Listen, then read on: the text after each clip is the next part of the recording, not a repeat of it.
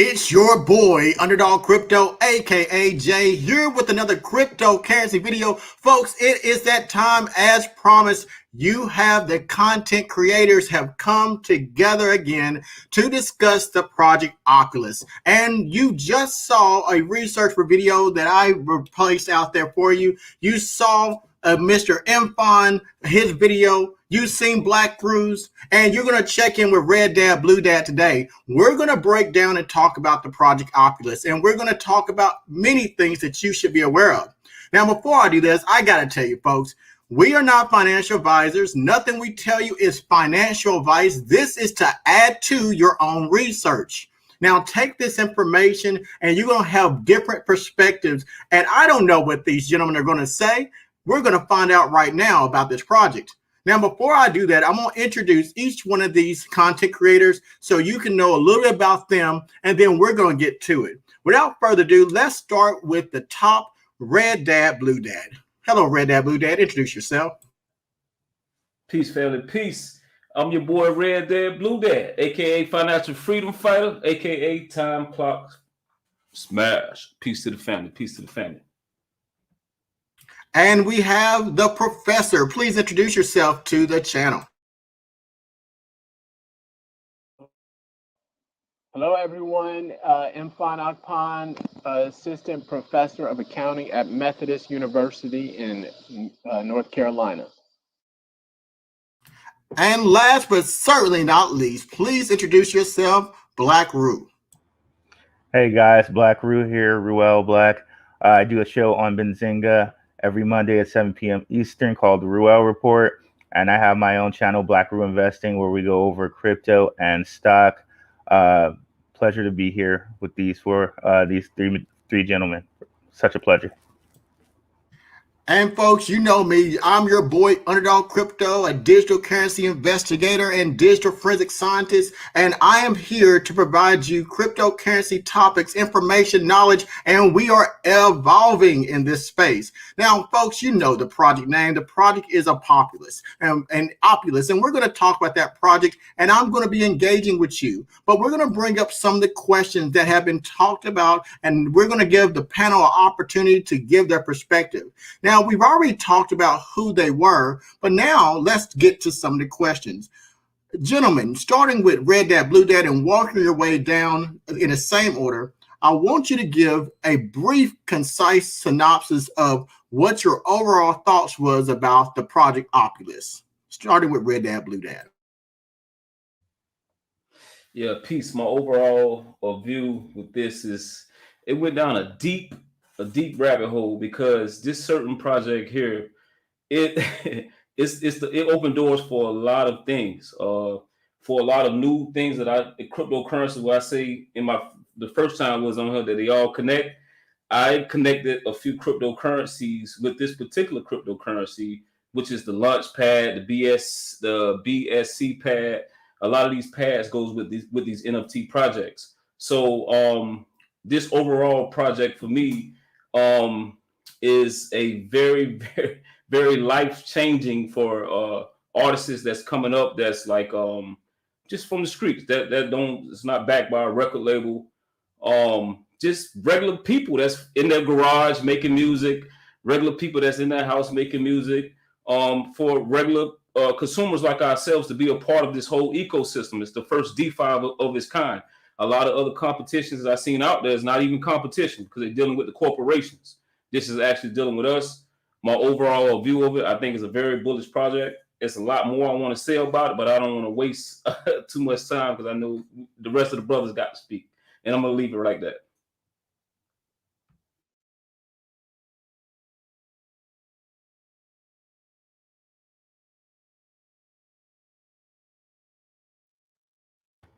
I think it's on you, Professor. Oh, well, from my understanding of the project, I think it's great. I think it's a great opportunity. Opulous, they according to their website, they're going to focus on 3 areas: an NFT launch pad, so you can create the NFTs, so you can copyright the music, create the NFTs, and exchange. So it allows that transaction, so you can buy and sell these fractions or these NFTs, and as Red Dad Blue Dad was saying, these DeFi loans. So now you can borrow against these assets as well. So I think it's a good opportunity. One other thing that in my research, through the smart contract technology, it will allow for this dark money so artists will be able to get this dark money. And from my understanding, there's money that many of the publishing companies, or let's say Spotify, they may not be able to match a lot of the money to artists. So a lot of artists are not getting all of their payments for their royalties. So this will help through the smart contract technology. So I think it's a very good option, and it will allow individuals to get into really directly to their consumers, allow individuals, because I think one of the artists on this platform was Chance the Rapper's brother, did a release. So it'll allow individuals like us to actually own copyright in certain songs and benefit from that as well. So I think it's a good thing overall. All right. Now, when I saw it at first, I hated it. But then when I did some deeper research, I did a complete 180. And the stuff that made me do a 180 was, okay, now you got, okay, if I'm a regular Joe and I buy a part of the royalties, now I'm almost the artist street team. You know what I mean? Like I'm automatically going to promote this artist, because the more streams he gets, the more my NFTs worth. So that right there is like, okay, built-in synergy. And then I'm like, okay, wait, then also that means there's less of a chance that I'm going to get shelved if I'm an artist, because if all these people are buying the NFT and they're talking about, you know, they want to promote it to make it bigger and better, to put more money in their pocket. Okay, if I'm a new artist, maybe I do this and not get shelved. I'm like, okay. And then, okay, it's a platform where it's selling NFTs. Maybe they sell some other NFTs, you know, to open up more streams of revenue for the artist. So I was like, okay. So I was like, okay, so this is good. This is really good. And those were some of the things that I really liked. But I do have some questions. I'll just leave it there, and we'll come to the questions as they come up.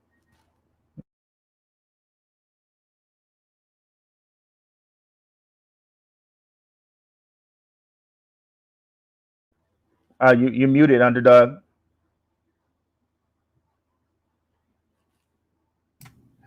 Can you hear me, folks, now? We've talked to content creators, and each of them have provided their overview. So let me give you my overview of this project. When I looked at this project, I first became aware of it because of the professor's review on the project. I was looking at music NFTs. I was not aware of this project until I saw the professor's overview.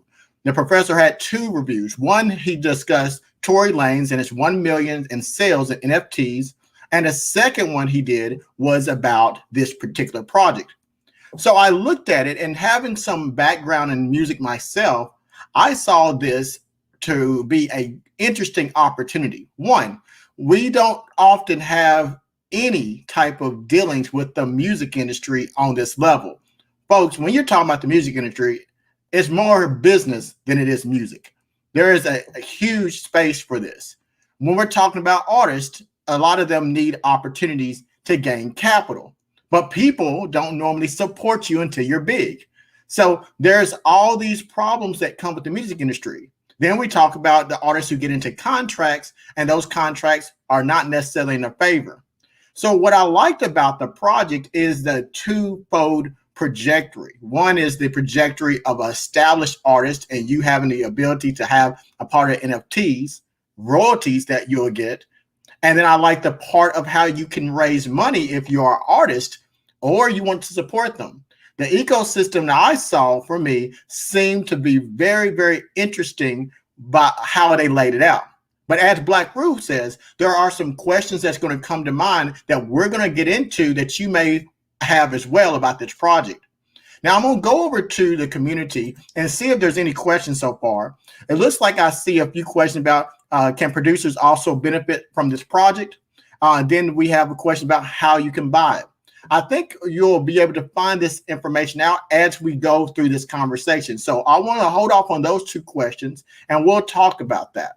Now, let's go into some of the other standard questions that we have. Are there any Opulous strategic partnerships that captured your attention? In the same order, gentlemen, did you find out about any partnerships that Opulous has discussed that you thought were interesting that you would like to bring to the channel today?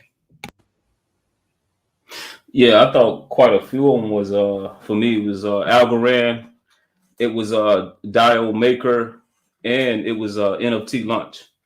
And I thought those was I was like, well, how, I said to myself, well, how could this work? How could this whole ecosystem work? Then of course they're using Algorand as more like as a currency part of it, scalable, fast, the security part of the Algorand. The Dial Maker as the platform, for it to be held on. And the NFT Launch is where I guess the contracts of the NFTs by my knowledge of it. So I thought those three things there was huge for me, and also a good buying opportunity for those three things as a cryptocurrency as well. And that's how I felt about those partnerships for me. Go ahead and continue with the professor. Yeah, those are some good points. What I found is a gentleman by the name of Lee Parsons. Lee Parsons is the founder and CEO of Ditto Music, which is an online music distributor. He founded Blue Box, which merged into Opulous. So he's the CEO of Opulous and Ditto, which is an online music distributor. He founded Blue Box, which was initially put together to copyright music into NFTs. So, and then Opulous and Blue Box combined, Opulous has that DeFi, that lending piece, and the exchange. And so there's what they call in business synergy. So he's already got, the company Ditto is already there to distribute the music, right, to Spotify and to other online platforms.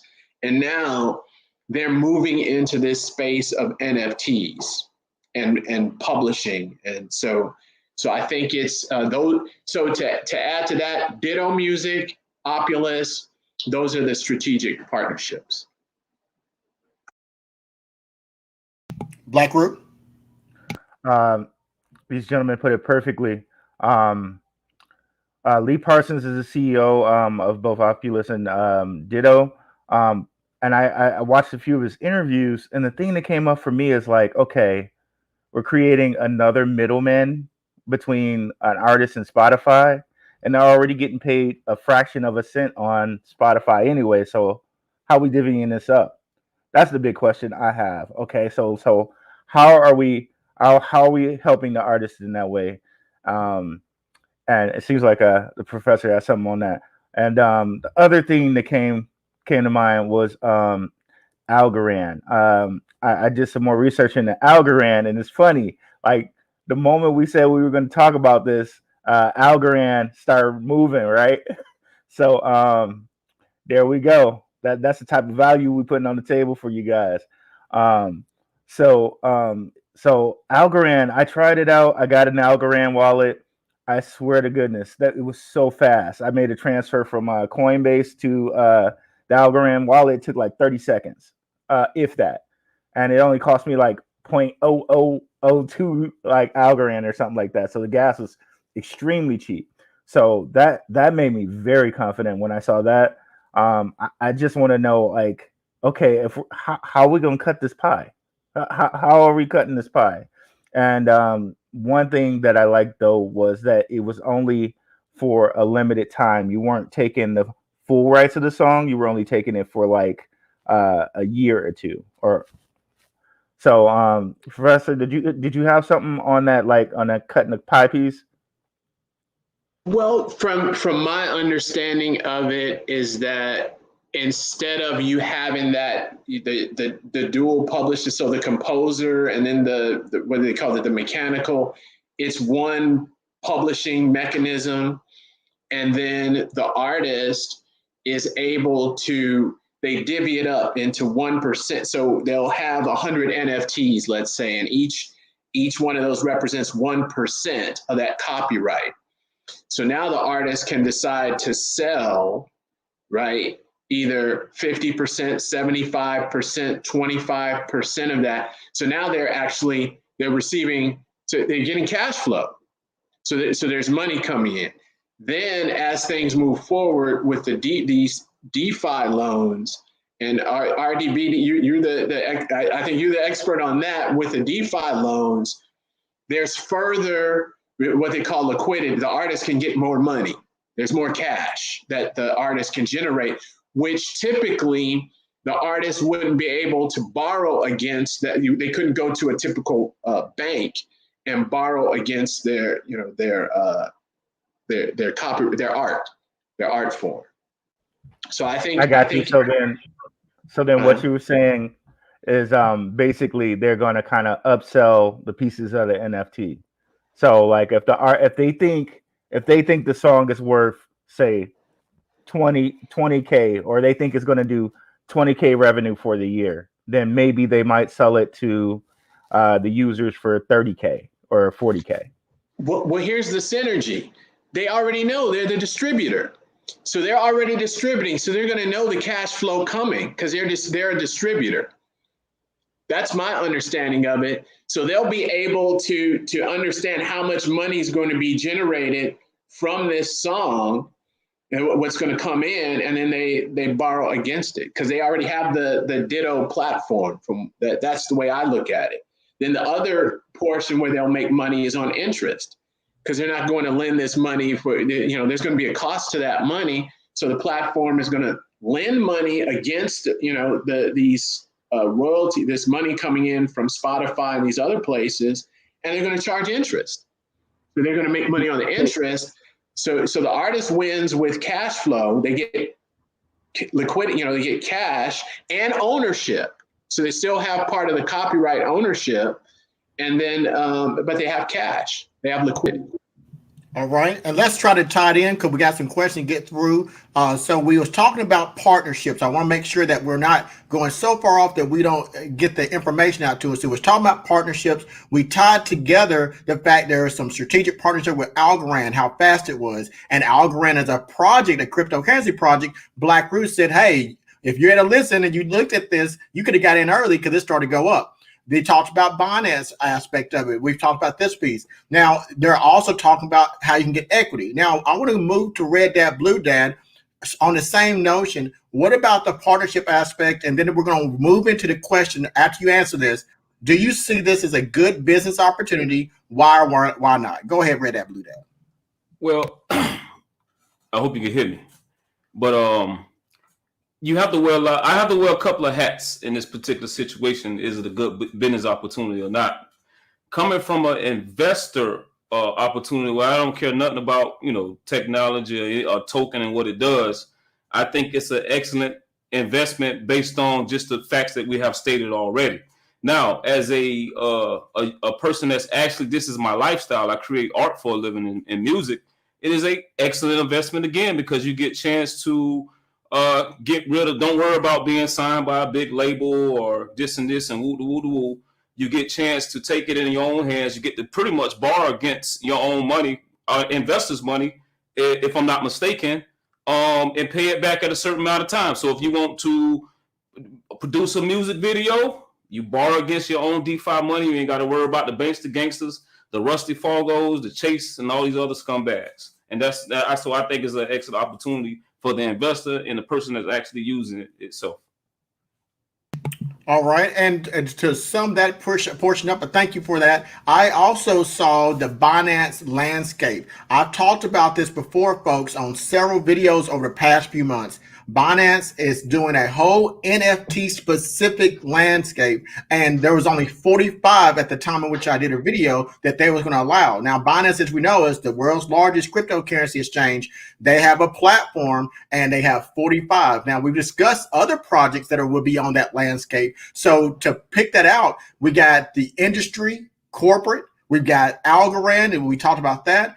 And we got Binance, and we got avenue that you can get financing. Now, let's generalize, gentlemen. What about overall? Do you see this overall as a good business opportunity, starting with Blackrue, working our way back up? What do you think about the business opportunity? I think it's good on all ends, and I think it's good for all types of artists. And to kind of go into that, I think the way that Opulous has it set up, it's a real synergistic thing. And like how I was saying, if I buy a piece of the NFT, it behooves me, like it's best for me to promote the artist, because that's going to make my NFT worth more. Hence, like, more people want to buy it, more traffic for Opulous. So really good there. But then also I see, okay, the artist gets to have money up front. Really great stuff there. But then it worries me as like a double-edged sword, because I think it'll be a really good business opportunity, just like anything. If you're the first person there, you got a big advantage.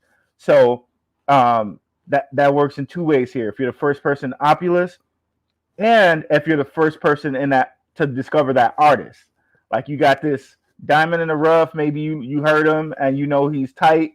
If you the first to buy that Indigo Saint NFT, you know what I'm saying? So he's good, he's going to be successful, so that's going to go up. But I think it's a double-edged sword in that, like, okay, I got somebody like Indigo, I know he's good. Maybe with Indigo, maybe he only wants to give them 2 songs. I'm not going to give him the whole catalog, have him be responsible for all of my music. Maybe 2 songs is enough to give me all the revenue I need up front. So I think artists are going to just have to be careful to protect themselves, because at the end of the day, Opulous is just another company, and they're probably just going to be out for themselves. So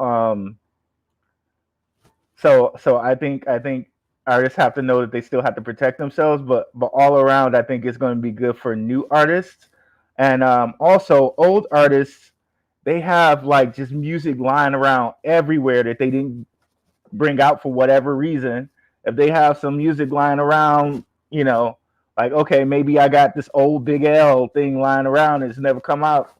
Maybe I can put it on there, get the right permissions from everybody, and that's just gonna sell like hotcakes for somebody to get a piece of that NFT. You know what I'm saying? So seems like it'd be very lucrative for all parties. In my thoughts. Good to go, Professor. I just gotta say ditto. That was well said.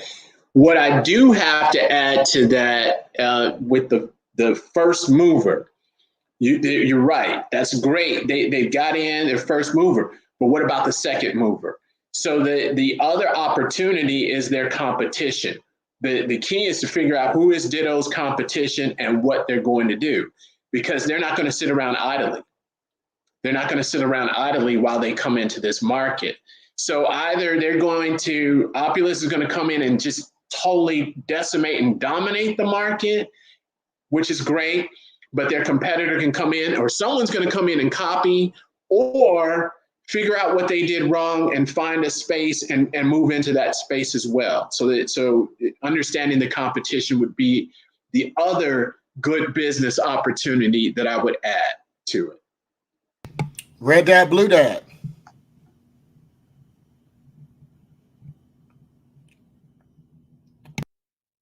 I'm gonna keep it going. Then I'm gonna bring up. From the channel. Let me bring this up really quickly.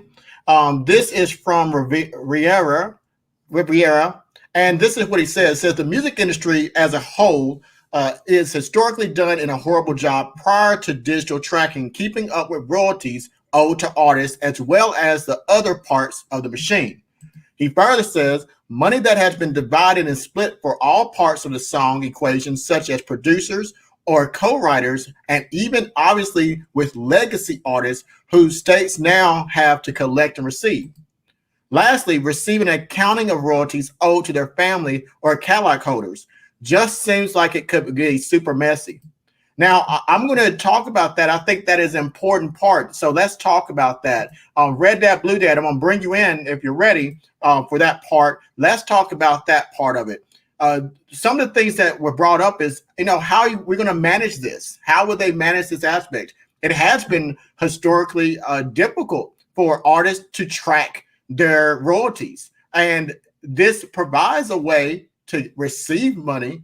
But do you also agree with the subscriber that this may be a challenge, even if it is a good opportunity? Again, music industry is not my strong point, but based on what the Opulous is, the token is saying, that they're kind of making it an even playing field when it comes to those type of things. So they say. For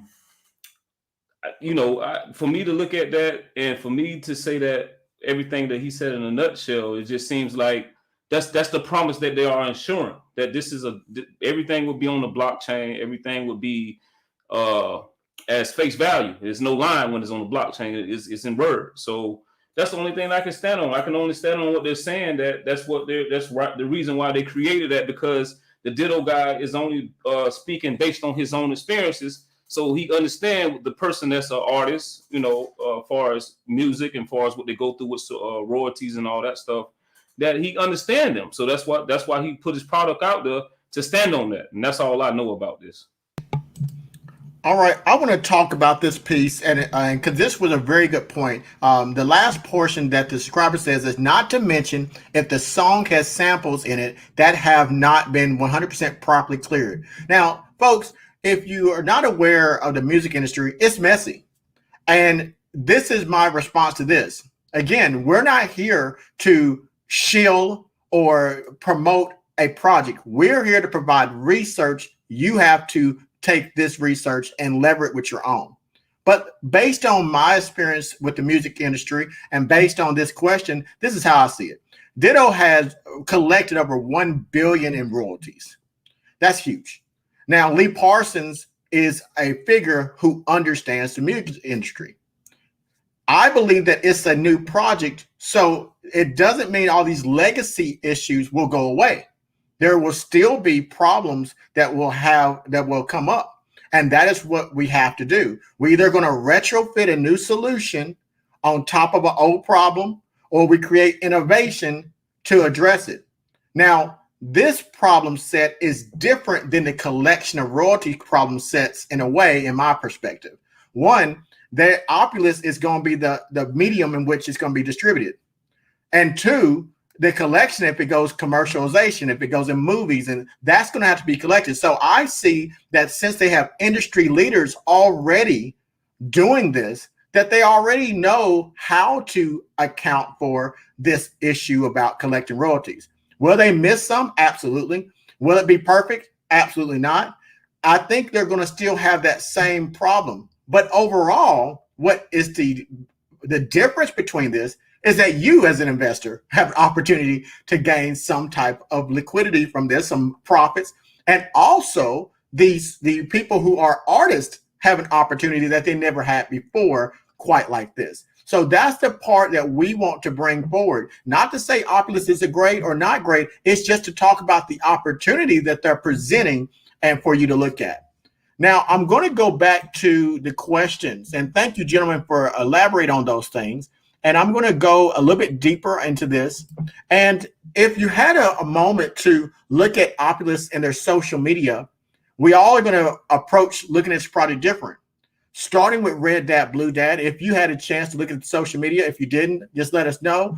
Tell me what you saw in any of their social media online, and what did you find from that? What did you learn from their social media?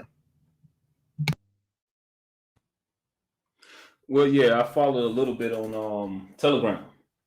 Uh, I couldn't follow that too much. It had 1,000 messages every time I look at it every 5 minutes, so I couldn't really keep up with it like I wanted to. Based of it is people just excited about it. It just was recycling just commercials and just how they feel about the project.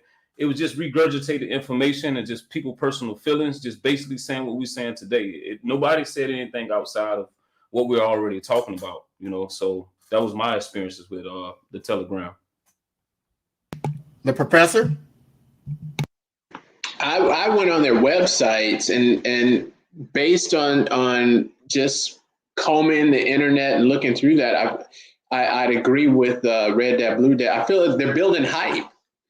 They're building a lot of hype around it and a lot of interest around it and a lot of excitement around it. So I can anticipate there's going to be some bigger announcements. I think the releases that they did with I think it's the Blue Box with Chance the Rapper's brother, and there was another artist. I think that was a test. So they were testing out the platform, how it would work. And I think more things are going to come from it. Blackrue? Oh gosh, I learned plenty. I went on their I went on YouTube and I saw some things, but I went on their Twitter and also their website. And on their Twitter, I was very shocked to see that they were talking about, okay, they want new artists. And I was like, and I had to sit back and think about that for a second. And I'm like, oh, of course you want new artists. That's like, okay, that's like me, just signing the like the 17-year-old, Dominican player, from like, on a cheap, what I mean? Like I'm getting the rookie, for the cheap possibly. So of course they want new talent because they have an opportunity to, get their revenue. It's like I don't know how to put it. Like it's like buying a car for a steal or something like that. You got a chance to find an undiscovered talent for cheap cost. So if they find a song that's really good and it's this brand new artist, sure, they'll give them some royalties, but they're going to stand to make way more from it if it performs the way they think it'll perform. So I was really shocked to see that they wanted new artists. And then I found a lot of information out about Lee Parsons, like the professor just mentioned. He ran Ditto, he runs Ditto, and I was shocked to see that Ditto was kind of instrumental in artists like Sam Smith coming out, Chance the Rapper, and they have Chance the Rapper's brother as a part of their board, and they also had Ed Sheeran come out on Ditto. So I was like, okay, Lee Parsons knows what he's doing. He mentioned that he dropped a record himself, and it just got shelved, and he didn't like that. So this is kind of coming out of his own experience of having his record shelved. So so I really saw that he knew what he was talking about. He had tons of experience in this industry. So I was like, okay, wait a minute. I hate this, but like this is when I was first doing it. I was like, wait a minute. I hate this, but clearly the man must know what he's doing because he has all of this behind him. So I was like, okay, I need to look deeper. I'm missing something. And then that's when I started to realize, okay, if people own a part of this NFT, all right, they can promote it, they can make more money. Okay, I get it now. And then they're being very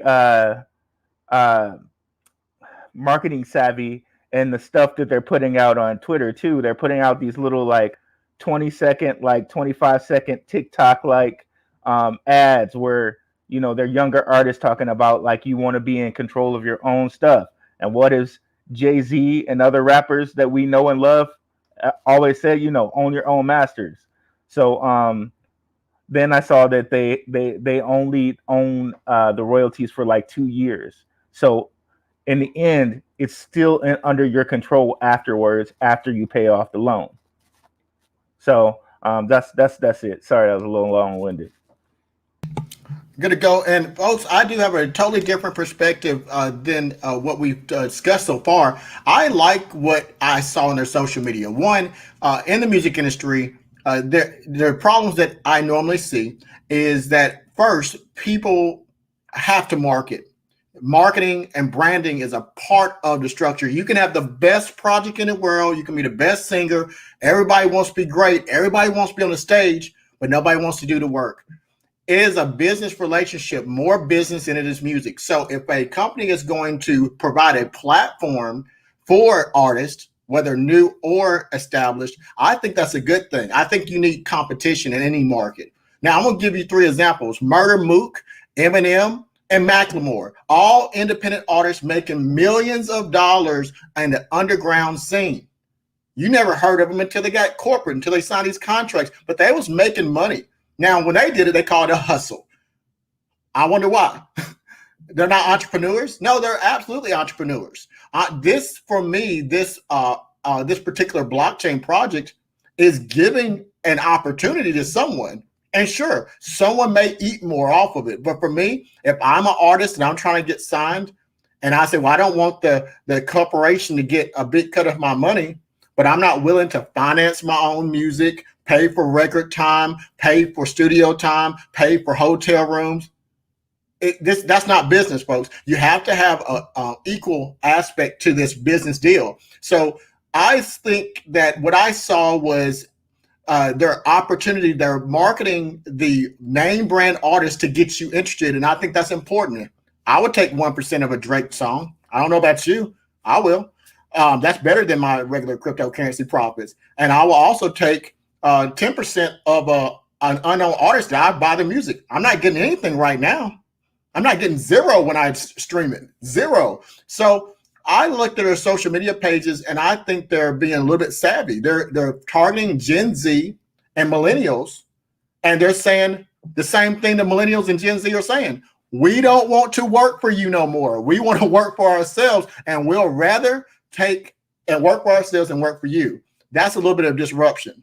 So that's my take on that part. Let me go ahead, Professor. I'm going to go over to the channel while you're talking. No, I just wanted to add on to some great points that were made. And really, if I had to put on the hat and I'm a music artist today, the key is you got to know what an NFT is. You've got to know crypto. You've got to understand the business and how it's evolving, not how it was, how it's evolving, and how this is going to impact you. Because really, if you think about the winners in this are the ones who are going to be able to be savvy enough to navigate through this, through the technology. Really, what it comes down to is technology. Understanding how this all ties in, how to get on these platforms and how they work. That's going to be the key in getting in there before someone else. That is definitely going to be the key. And bringing this up again, thank you for the subscribers who are joining in and talking and interacting. We appreciate that. That is what this is about. They said new artists don't always know any better. They're just excited just to get an opportunity that's bigger than the studio that they have in their bedroom. But I want to say this. I'm gonna actually go against what you're saying. Because if you look at Lil Wayne, he had a contract for perpetuity. It never ends. And he saw the contractual issues. So even if you're a new artist, even if you know all you want to know in the industry and you're a seasoned artist, you're still signing bad contracts. It's a monopoly. And I'm not going to talk bad about the record labels, but we know if I say hip hop, we got the P. Diddy's, we got the Jay-Z's, we got, the Missy Elliott's. We know that there's a few 1%ers who control most of that industry. So I think that, yes, new artists maybe not know a lot about the industry, but does it mean that they're going to get a better deal now than they will? And I think that's the question. Will Opulous provide an opportunity to get a better deal than what's been going on for over 100 years with the current industry as it is? Now, gentlemen, do you want to discuss about that aspect about the current industry and the deals being made, or you want to move on to the next question? I would like to. Go ahead. I think to add on what you in the Riviera group said, it goes back to my point again. Like it can just be such a double-edged sword. As a new artist, you're really going to have to know your worth and come in there and not just be so excited to give away your worth. Especially if you're somebody that got like talent like Indigo Saint, y'all got to check him out for real. By the way, you got to come in there and know your worth and not let Opulous run you. You know what I'm saying? Like, and there's a good point that you made, Underdog. This is kind of like built in like advertisement, and that's what a lot of people don't get sometimes with NFTs. Like if you attach like a brand to these NFTs, like you got a lot of these like Bored Ape Club people out here, and they have like rappers and NBA players attaching their brand to these, and it's making them like shoot through the roof.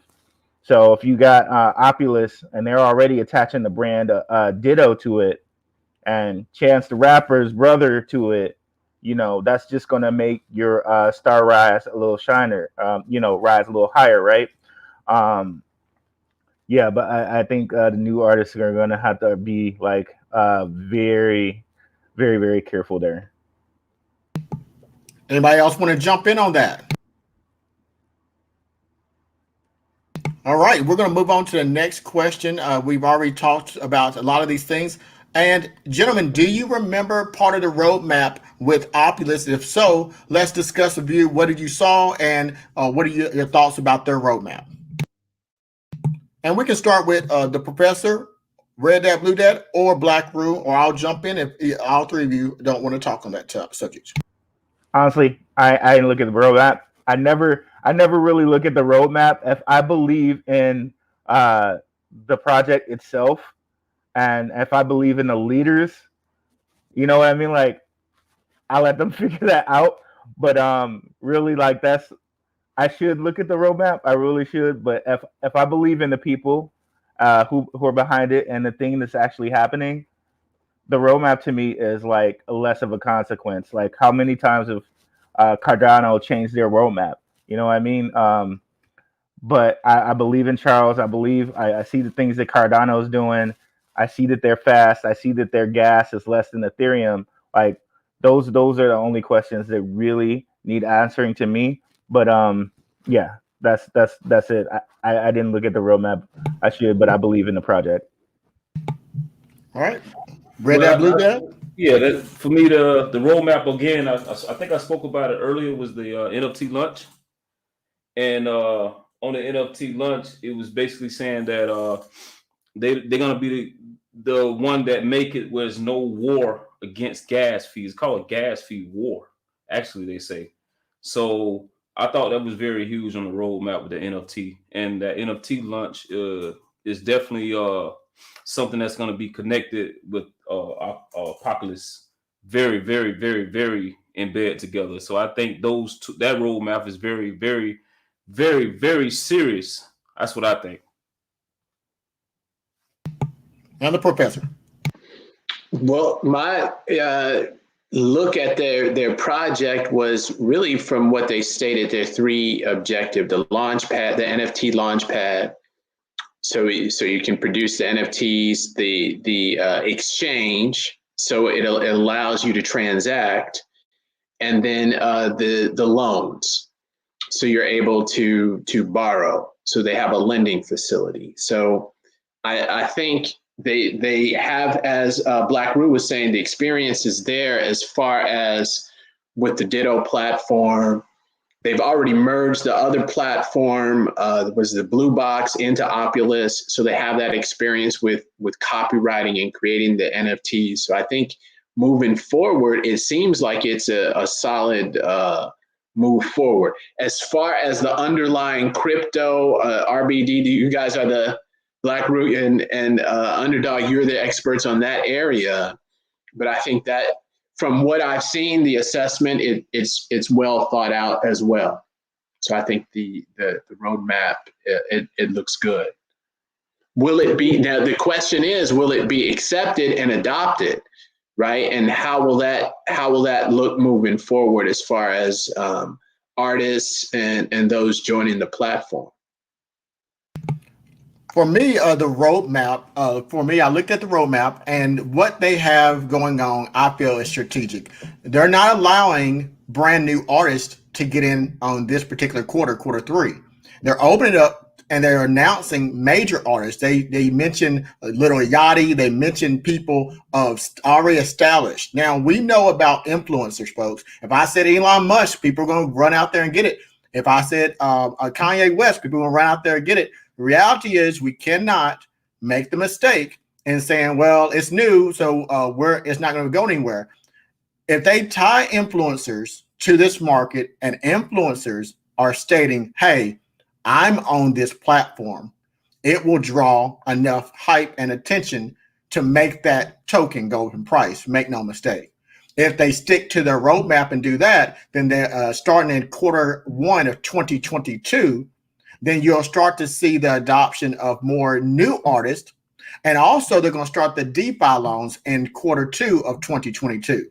Now, this is the part that is, I think is important for everyone here. It's very challenging as a content creator to deal with this narrative. If you're in the cryptocurrency space, do not think you'll get rich tomorrow. I'm going to start you off right now. Because if there's one person after we do this video that says, Underdog Crypto, y'all talked about Opulous, y'all shielded because you talked about it, therefore you shielded. And I'm not a millionaire and it's Friday. I'm just going to delete your comment because that is the misconception tied to cryptocurrency project. This project is brand new. It's a concept, and that concept has not come to fruition yet. If it goes as planned, they're trying to take market space. What the professor's saying is he doesn't know how that may play out. I agree. No one knows how it's going to play out, but the option is now here. So if it plays out the way that I'm looking at it, only from the structure of how they align this project, then folks, we got a cryptocurrency project that the value will go up, Opulous value, as people adopt and come onto the platform. So you should see an increase. Those tokens can be put in liquidity pools and those NFTs that you can buy with it as well. The marketplace and exchange should create some type of price action. Now, this is all theoretical until it actually happens, but it's better than what you currently have, which is buying a token and sitting on it and hoping that the market cap goes up. You have to think about the catalyst and what is injected into their model and what they're saying. This project is not saying, hey, folks, we're active. They are saying this is our solution to a problem. And your job is to determine, do you believe based on the merits of what they are stating that it'll be profitable? A lot of us will lose this piece and won't invest until the price goes up. That's the scary part of investments, folks. You got to get there early. You got to take risk. And that's what I think. I think that based on those factors, I think that the project is very interesting and it provides a new way of looking at cryptocurrency. Gentlemen, anybody want to have any last words on that piece? Yeah, let me speak on that, Underdog. I think that is a great point. I'm sorry for me. I'm sorry. I think that is a great point, man. Like we look at these hedge funds and we look at Warren Buffett and all of them. A lot of them have like 10-year time frames. We're sitting up here like 2 days. We're like, oh my God, you know what I mean? And I understand that because we have like our margin is way more thin, right? You know, if Warren Buffett loses $1 million, it's like whatever. You know what I'm saying? So I get it, but let me tell you, just a couple things. I've been talking. Check out my channel, Blackrue Investing. Check out Benzinga. I've been talking about Solana for like 6 months, y'all. Ever since I tried to use Ethereum and I found out those gas prices were like $100, I was like, no, that's not gonna work out. So obviously there has to be something better. So I went and checked out Ethereum killers. Solana was one of them. It was around like what, $30 at that point. Now look at it. It's $100 and something, and people are looking at it now, which isn't a problem. But it took 6 months for that to really play out. Watching Underdog's channel, Telcoin. He was telling us about Telcoin before it was a cent. Took a little while to play out, maybe a couple months, but it played out. And that's where I get into if something has a good story, if it's solving a problem, those are the type of things you want to sit in. Solana's solving the gas problem. It's faster. It's a fast chain. Okay, that's solving a problem. So I know the market might not know about it right now. They might not want to invest in it right now, but I know it's going to solve this problem. So I'm going to sit and wait. I'm going to wait until I can double my money. Once I double my money, I take out my initial investment, and it's good to go. Whatever happens after that, I've made my money. Not financial advice, but that's something that I personally do. So that's a really good point. We got to really understand with these sometimes. You got to take a longer term view, and don't be afraid to invest with whatever you have, but just know it's going to be a longer term view. Appreciate that, Blackrue. I want to take a shout out, Derek Woods. I appreciate it. He did a super chat. Thank you very much for supporting what we are doing here. We are greatly appreciated. Also want to move right into the last final question. We got 9 minutes left, gentlemen, and we're going to wrap this project up. Now, one of the questions I want to ask you is to elaborate on the opportunity being presented both to established and upcoming artists. And I want you to add to that too. What's in it for us as investors too? So established artists, upcoming artists, and investors, we're going to act like it's right now happening. What is this project offering? What is the benefit? Starting with Red Dad, Blue Dad. Again, I'm going to put on a lot of hats again. Blackrue spoke about him all night. I'm a fan of Indigo Saint. I'm rocking with him. That's a player that I'm gonna rock. That's a player that I'm rocking with. I'm rocking with him. He know I'm rocking with him, and I'm rocking with him. Now, again, Underdog, you spoke outside of this. You say, well, if you got a chance to own a piece of Michael Jackson, one of his songs, that's the opportunity that you have to be with people who's already established. To own a 1% of something Michael Jackson did, whew.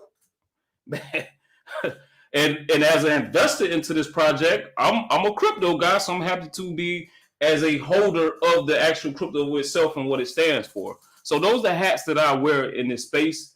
Those are my final thoughts on it. I'm rocking with it as an investor into crypto. I'm rocking with it as up and coming artists like Indigo Saint, and I'm rocking with it to get that piece of that little bit of that Drake money. I'm in it to win it.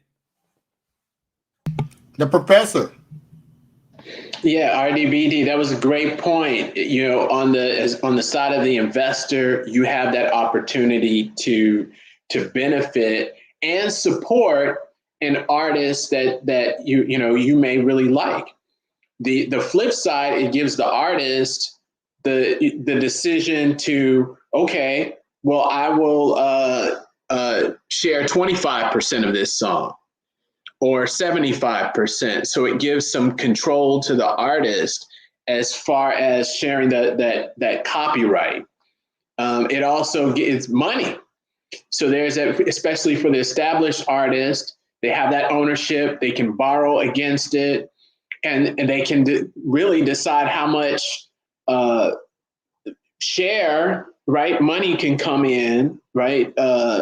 Based on that. Now, for the up and coming artist, it's a challenge, but I think of it as this could be a way for, a reliable way for friends and family to actually invest.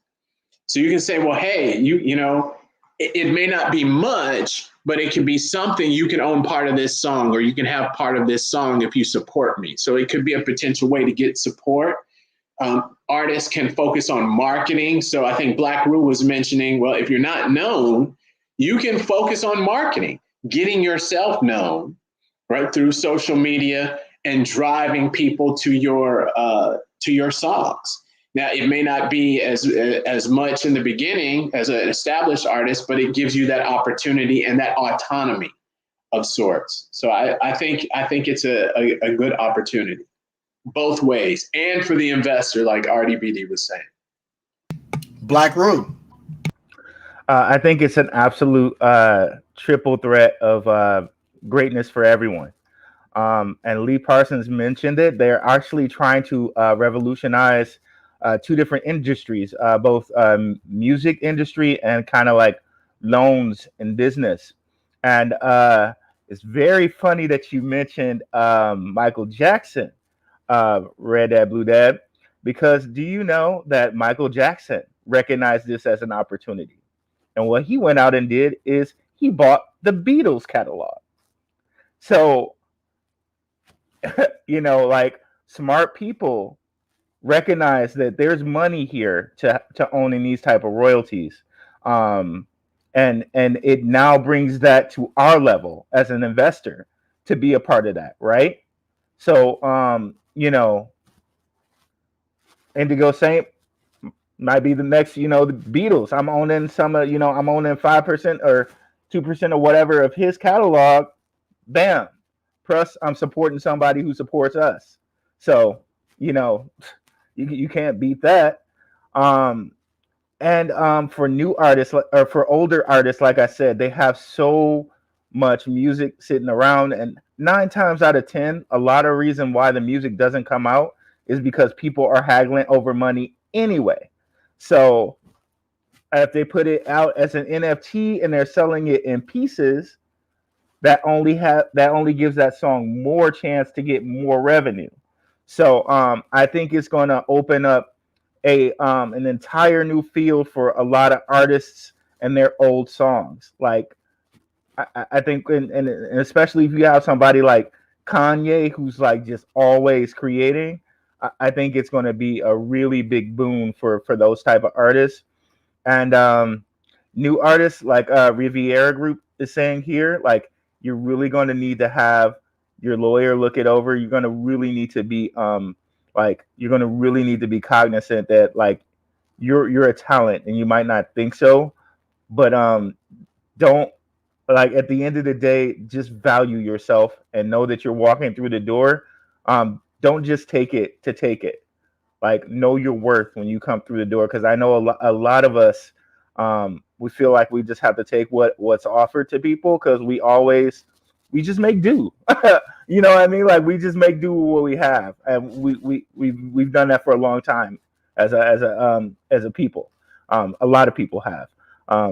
But know your worth, know your talent. So don't give that away. You know what I'm saying? So just make sure that it's looked at with the fine tooth comb so that you get what you're worth.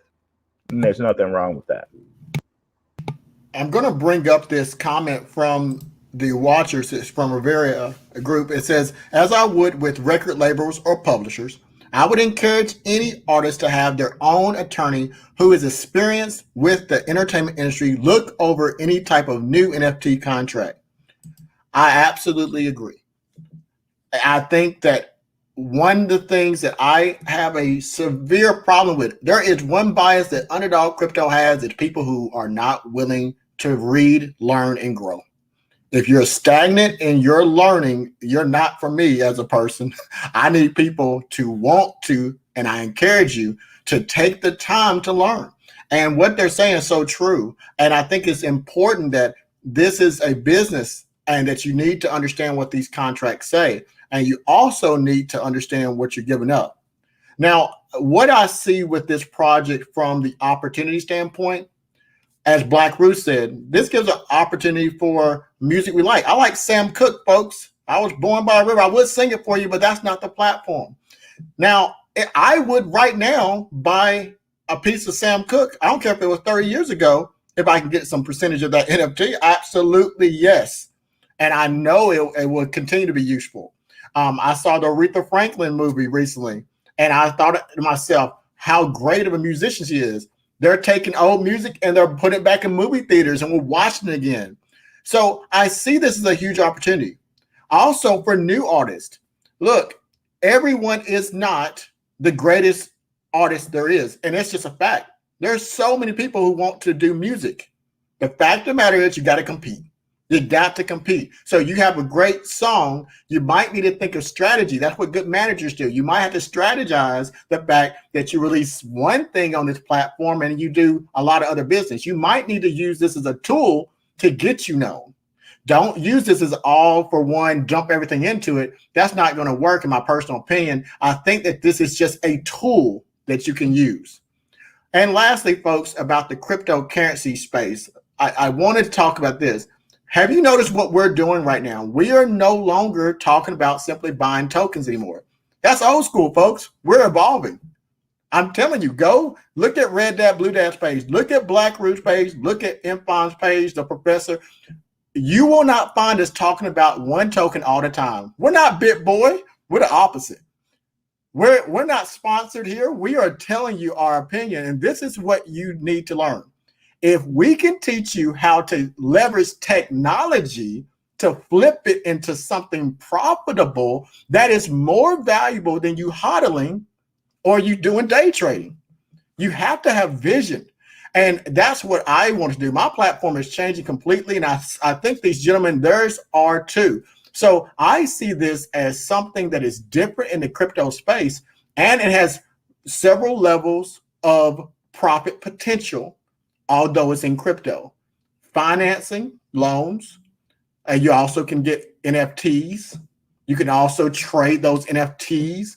You can also get royalties. That's better in my personal opinion. So overall, I think for everyone, this should be a tool to consider in their belt of cryptocurrency. Gentlemen, it's the last minute. I'm going to go to the comments and I'm going to see if there's anything here that they're laughing at my BitBoy comments. But, you know, we are different, folks. We're different. And you should know that. So the last comments, let's go into this part here. Everyone's asking us, where can you buy it? So currently there was an ICO, IDO. Tomorrow, September 15th, they're going to do a pre-sale, and you can go to the Opulous website, go to CoinMarketCap, put in Opulous, and then it'll direct you to go to their Twitter, and it'll direct you to where they're doing a sale. The project has not been released yet. We are all here super early. Gentlemen, in short, as we leave today, before we give your social media pages, I want you to tell the community, the subscribers, I want you to take each a moment to talk about what is your final point in 10 seconds about this project, and then direct them immediately to how they can follow you to get more information about a vast number of cryptocurrency projects. I want to start with Blackrue and work my way up to Red Dad, Blue Dad. Okay, one thing I want to leave you guys with in the 10 seconds is one point I forgot to mention, which was if you own a part of the NFT, you are now also a member of their street team. You are now also a promoter of the music that you just bought. So you can actually put in your own work to make your NFT worth more. And you can find me on Blackrue Investing if you just type in my name, RUELL, Ruel, and the color black. If you just type in my name, you can find me and all my videos there. And like I said, you can catch me every Monday at 7 p.m. Eastern on the Benzinga YouTube channel. The professor. I would say that the key thing is learn all you can. Learn all you can, become as savvy as you can. If this is your craft, know your craft.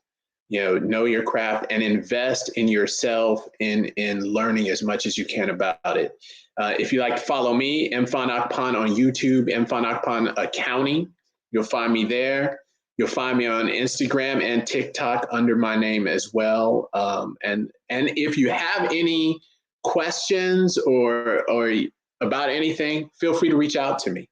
I'd be happy to help. Red Dad, Blue Dad.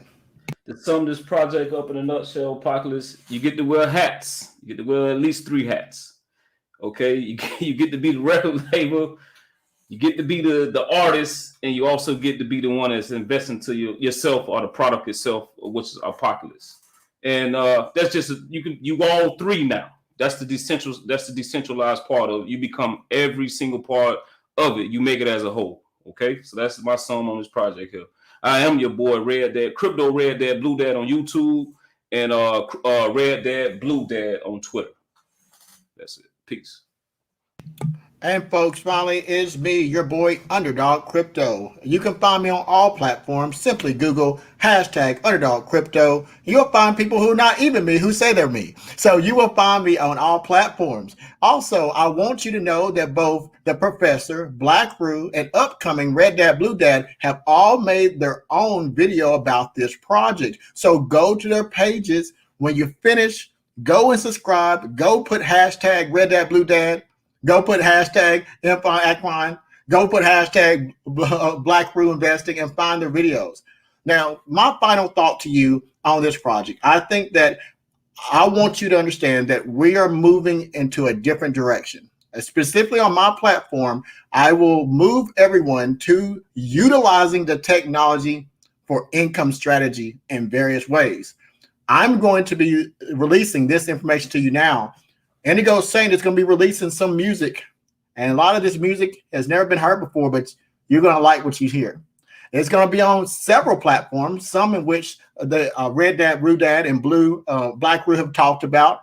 And I'm going to start seeing if I can apply the things I applied to stock market to make $5,000 in 3 weeks, the crypto market to flip pennies to millions. I'm going to invest in artists and see if I can do the same thing here. Your boy Underdog Crypto is going corporate. I'm going to be flipping country music, alternative music. I don't care, folks. I'm going to research these artists and I'm going to see what I do in this market. If this is something you're interested in, folks, I want you to tune in because that's where I'm going. We're not BitBoy. We're different. So until next time, folks, I hope you enjoyed today's show. Thank you, gentlemen, for coming. And if you like it, if you truly like it, you're going to share and you're going to like and you're going to want to see this panel again. If I don't hear from you, if they don't hear from you, we're not going to give it to you unless you pay for it. Then we'll talk about that. All right, folks, I'm glad you came today. Until next time, this has been your boy, Underdog Crypto.